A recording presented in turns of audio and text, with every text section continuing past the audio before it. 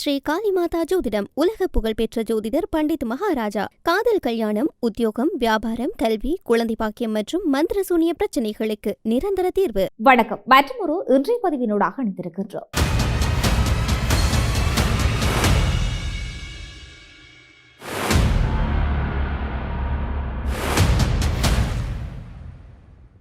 போர் நிறுத்த பேச்சுவார்த்தைகள் தொடர்பான முரண்பட்ட மற்றும் குழப்பமான தகவல்கள் வெளியாகி வந்த நிலையில் உலக நாடுகளை அதிர்ச்சியில் ஆழ்த்தும் வகையில் அமெரிக்காவும் ஈரானும் உள்ளூர் நேரப்படி சனிக்கிழமை அதிகாலையில் பரஸ்பர தாக்குதலை பரிமாறிக்கொண்டன.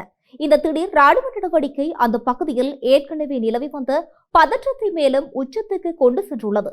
அமைதிக்கான பேச்சுவார்த்தைகள் ஒருபுறம் தீவிரமாக விவாதிக்கப்பட்டாலும் இரு நாடுகளுக்கும் இடையே நீடிக்கும் ஆழமான அச்சுறுத்தல்களும் பரஸ்பர நம்பிக்கையின்மையும் இந்த தாக்குதலின் மூலம் மீண்டும் வெளிச்சத்துக்கு வந்தும் இருக்கின்றது. சனிக்கிழமை அதிகாலை நடந்த இந்த தரை மற்றும் வான்வழி மோதல்கள் மத்திய கிழக்கில் ஒரு முழுமையான போருக்கு சூழலை உருவாக்கியும் இருக்கின்றது. சர்வதேச அளவில் பெரும் கவலையையும் இது ஏற்படுத்தியும் இருக்கின்றது. மத்திய கிழக்கு பிராந்தியத்தின் மிக முக்கிய கடல்வழி பாதையான ஹோர்முஸ் ஜலசந்தி மற்றும் வளைகுடா பகுதியை இலக்காக கொண்டு ஈரான் ஏவிய ஏவுகணைகள் மற்றும் ஆளில்லா விமானங்களின் தொடர் தாக்குதலை அமெரிக்க படைகள் வெற்றிகரமாக இடைமறித்து அளித்தும் இருக்கின்றது. இதில் 4 தாக்குதல் ஆளில்லா விமானங்களை சுட்டு வீழ்த்திய பின்னர் ஈரானில் உள்ள கடலோர கண்காணிப்பு ரேடர் தளங்கள் மீது அமெரிக்க மத்திய கட்டளை பிரிவு வான்வழி தாக்குதலை நடத்தியும் இருக்கின்றது. அதே நேரத்தில் ஹோர்முஸ் ஜலசந்தி அருகே ஈரான் படைகள் பலமுறை எச்சரிக்கை துப்பாக்கிச் சூடு நடத்தியதாகவும் இது அமெரிக்க கடற்படை கப்பல்களில் இடமாற்றத்துடன் தொடர்புடையதாக இருக்கலாம் என்று ஈரானின் அரசு செய்தி நிறுவனம் வெளியிட்டும் இருக்கின்றது. இந்த தாக்குதல்களின் எதிரொலியாக சனிக்கிழமை அதிகாலையில் அண்டை நாடுகளுடனான குவைத் மற்றும் பஹ்ரைனில் பாதுகாப்பு அபாய ஒலிகள் எழுப்பப்பட்டும் இருக்கின்றது. ஏவுகணை அச்சுறுத்தலால் இந்த நடவடிக்கை எடுக்கப்பட்டுள்ளதாக குவைத் ராணுவம் தெரிவித்த வேளையில் பஹ்ரைன் அரசு தனது குடிமக்களை உடனடியாக பாதுகாப்பான இடங்களுக்கு செல்லுமாறு அறிவுறுத்தியும் இருக்கின்றது. இதற்கிடையில் லெபனானில் இஸ்ரேல் மற்றும் லெபனான் அரசாங்கங்கள் முறைப்படி ஒப்புக்கொண்ட போர் நிறுத்தம் வகையில் மோதல்கள் வெடித்தும் இருக்கின்றது. இஸ்ரேலிய படைகளுக்கும் ஈரான் ஆதரவு பெற்ற ஹிஸ்புல்லா அமைப்பினருக்கும் இடையிலான சண்டை முன்னெப்போதையும் விட தற்பொழுது தீவிரமாக அமைந்து கொண்டு வருகின்றது. லெபனானில் தென்பகுதியில் வெள்ளிக்கிழமை நடந்த கொடூரமான தாக்குதலில் மட்டும் 20க்கும் மேற்பட்ட அப்பாவி பொதுமக்கள் கொல்லப்பட்டதாக அந்த நாட்டின் அரசுக்கு சொந்தமான தேசிய செய்தி நிறுவனம் வெளியிட்டுள்ள இறப்பு புள்ளி விவர தொகுப்பில் உறுதி செய்யப்பட்டும் இருக்கின்றது. இந்த தொடர் வன்முறை சம்பவங்கள் இரு நாடுகளுக்கும் இடையே எட்டப்பட்ட தற்காலிக அமைதி உடன்படிக்கை இவ்வளவு பலவீனமாக உள்ளது என்பதை உணர்த்துவதோடு லெபனான் மக்களின் பாதுகாப்பை கேள்விக்குறியாக மாறியும் இருக்கின்றது. ராணுவ தளங்களுக்கு மத்தியில் லெபனான் மற்றும் ஈரான் தலைவர்களுக்கும் இடையே கடுமையான தூதரக வார்த்தை போரும் வெடித்தும் வருகின்றது. அமெரிக்கா மற்றும் இஸ்ரேலுடனான தனது மூலோபாய போரில் தெஹ்ரான் லெபனான் நாட்டை ஒரு பேரும் பேசும் கருவியாக சுயநலத்துக்காக பயன்படுத்துகின்றது என்று லெபனான் அதிபர் யோசப் அவுன் தெரிவித்தும் இருக்கின்றார்.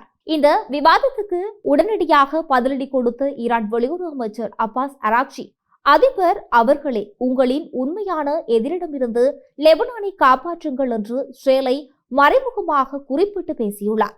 இந்த அரசின் மோதலானது மத்திய கிழக்கு நாடுகளுக்குள் இருக்கும் உள்நாட்டு பிரிவினைகளையும் லெபனான் மீதான ஈரானின் ஆதிக்கத்தை லெபனான் தலைவர்களே எதிர்ப்பதையும் தெளிவாக காட்டுகின்றது. மறுபுறம் இந்த ஒட்டுமொத்த போர் சூழல் குறித்து பேசிய அமெரிக்க அதிபர் டொனால்ட் ட்ரம்ப் ஆரம்பத்தில் தாம் கணித்திருந்த 4 முதல் 6 வாரங்கள் என்ற காலக்கெடுவை தாண்டி ஈரான் போர் விஷயத்தில் தமது அரசு மிக வேகமாக செயல்பட்டு வருவதாக குறிப்பிட்டும் இருக்கின்றார். நான் இப்போது இந்த விவகாரத்தை கையாள தொடங்கி 3வது மாதத்தில் இருக்கின்றேன். வரலாற்று புகழ்பெற்ற வியட்நாம் போர் முடிவுக்கு வர 19 ஆண்டுகள் நீடித்தது. ஆனால் நான் இப்போது வரும் 3வது மாதத்தில் மட்டும் இருக்கின்றேன் என செய்தி நிறுவனத்திடம் ட்ரம்ப் ஒப்பிட்டும் இருக்கின்றார். போர் ஒருபுறம் தீவிரமடைந்தாலும் ஈரானுடன் அணுசக்தி பேச்சுவார்த்தைகளை நடத்துவதற்கான திரைமறைவு வேலைகளையும் அமெரிக்கா முன்னெடுத்து வருகின்றது.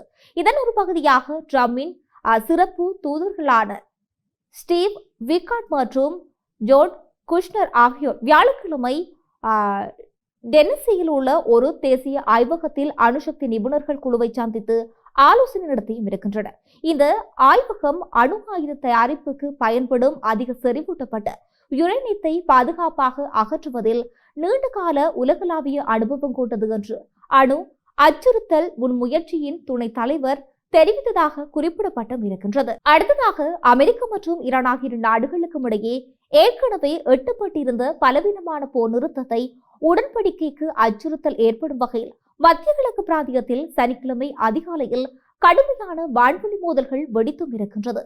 பாரசீக வளைகுடா நாடுகள் மற்றும் சர்வதேச கடல் வர்த்தகத்தில் மிக முக்கிய பாதையாக விளங்கும் ஹோர்முஸ் ஜலசந்தியை நோக்கி ஈரான் ராணுவம் ஒரே நேரத்தில் பல ஏவுகணைகளையும் நவீன தாக்குதல் ஆளில்லா விமானங்களையும் ஏவி அதிர்வலிகளை ஏற்படுத்தியும் இருக்கின்றது. இந்த அபாயகரமான வான்வெளி தாக்குதலை உடனடியாக கண்டறிந்து அமெரிக்க மத்திய கட்டளை பிரிவு வான் பாதுகாப்பு படைகள் அவற்றை வான்வெளியிலே இடைமறித்து அழிக்கும் அதிரடி நடவடிக்கையில் இறங்கியும் இருக்கின்றது. அமைதிக்கான பேச்சுவார்த்தைகள் ஒருபுறம் நடந்து கொண்டிருக்கும் போதே இத்தகைய பாரிய வான்வெளி தாக்குதலை ஈரான் தொடுத்திருப்பது இந்த பகுதியில் மீண்டும் ஒரு முழு அளவிலான போர் மூடும் அபாயத்தை மேலும் ஏற்படுத்தியும் இருக்கின்றது. அமெரிக்க மத்திய கட்டளை மையம் சமூக ஊடகங்களில் அதிகாரப்பூர்வமாக வெளியிட்டுள்ள தகவலின்படி ஹோர்முஸ் ஜலசந்தியை நோக்கி ஏவப்பட்ட ஈரானின் 4 ஒருவழி தாக்குதல் ஆளில்லா விமானங்கள் அமெரிக்க படைகளால் மிக துல்லியமாக சுட்டு வீழ்த்தப்பட்டும் இருக்கின்றது. இந்த தாக்குதலில் ட்ரோன்கள் பிராந்திய கடல் போக்குவரத்துக்கும் அங்கிருந்த சர்வதேச வணிக கப்பல்களுக்கும் உடனடி மற்றும் கடுமையான அச்சுறுத்தலை ஏற்படுத்தியதாக ராணுவம் விளக்கம் அளித்தும் இருக்கின்றது. அமெரிக்கா தனது ஆளில்லா விமானங்களை சுட்டு வீழ்த்தியதற்கு பதிலடி கொடுக்க அடுத்த சில மணி நேரங்களில் ஈரான் தனது ஏவுகணை கிடங்குகளை திறந்து அண்டை நாடுகளான குவைத் மற்றும் பஹ்ரைன் நோக்கி முழு அதிநவீன பாலிஸ்டிக் ஏவுகணைகளை செலுத்தி ஆக்ரோஷத்தை காட்டியுள்ளது. இதில் 6 ஏவுகணைகளை அமெரிக்க மற்றும் உள்ளூர் பாதுகாப்பு படைகள் நடுவானில் வெற்றிகரமாக சுட்டு வீழ்த்திய நிலையில் எஞ்சிய ஒரு ஏவுகணை இலக்கை தவறவிட்டு பால்நிலத்தில் விழுந்ததாக அமெரிக்க ராணுவம் உறுதிப்படுத்தியும் இருக்கின்றது. ஈரானின் தொடர் ஏவுகணை வீச்சுகளுக்கு பிறகு மேலும் தாக்குதல் நடத்துவதை முறியடிப்பதாக அமெரிக்க ராணுவம் ஈரானின் கடலோர பகுதிகளை இறக்கு வைத்து தனது எதிர் தாக்குதலை தொடுத்துள்ளது. ஈரானிய பெருநிலப்பரப்பில் உள்ள கோருக் பகுதி மற்றும் ஈரான் கடற்படைக்கு அப்பால் அமைந்துள்ள மூலோபாய முக்கியத்துவம் வாய்ந்த கெஷ்ம் தீவு ஆகிய இடங்களில் இயங்கி வந்த ஈரானிய கடலோர கண்காணிப்பு ரேடர் தளங்களை அமெரிக்க படைகள் வான்வெளி தாக்குதல் மூலம் முற்றிலும் அழித்தும் இருக்கின்றது.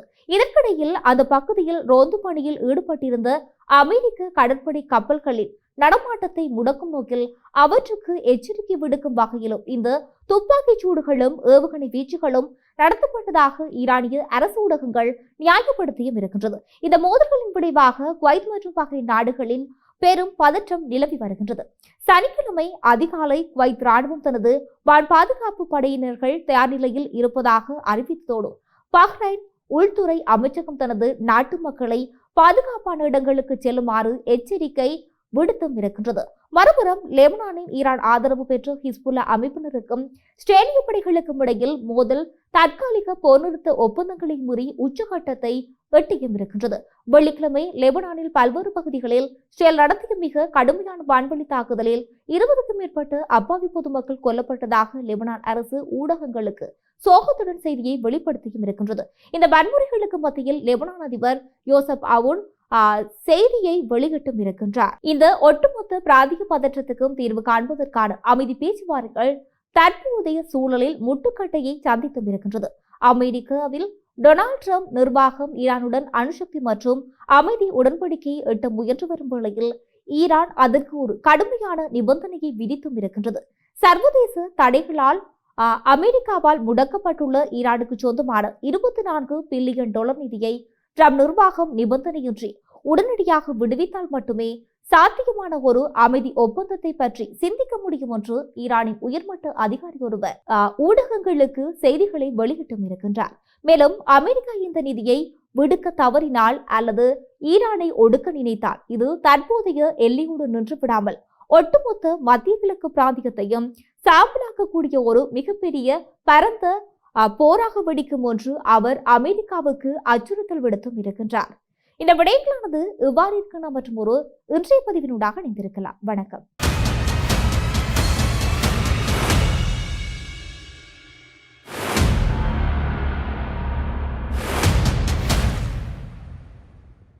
ஸ்ரீ காளிமாதா ஜோதிடம் உலக புகழ்பெற்ற ஜோதிடர் பண்டித் மகாராஜா. காதல், கல்யாணம், உத்தியோகம், வியாபாரம், கல்வி, குழந்தை பாக்கியம் மற்றும் மந்திர சூனிய பிரச்சனைகளுக்கு நிரந்தர தீர்வு.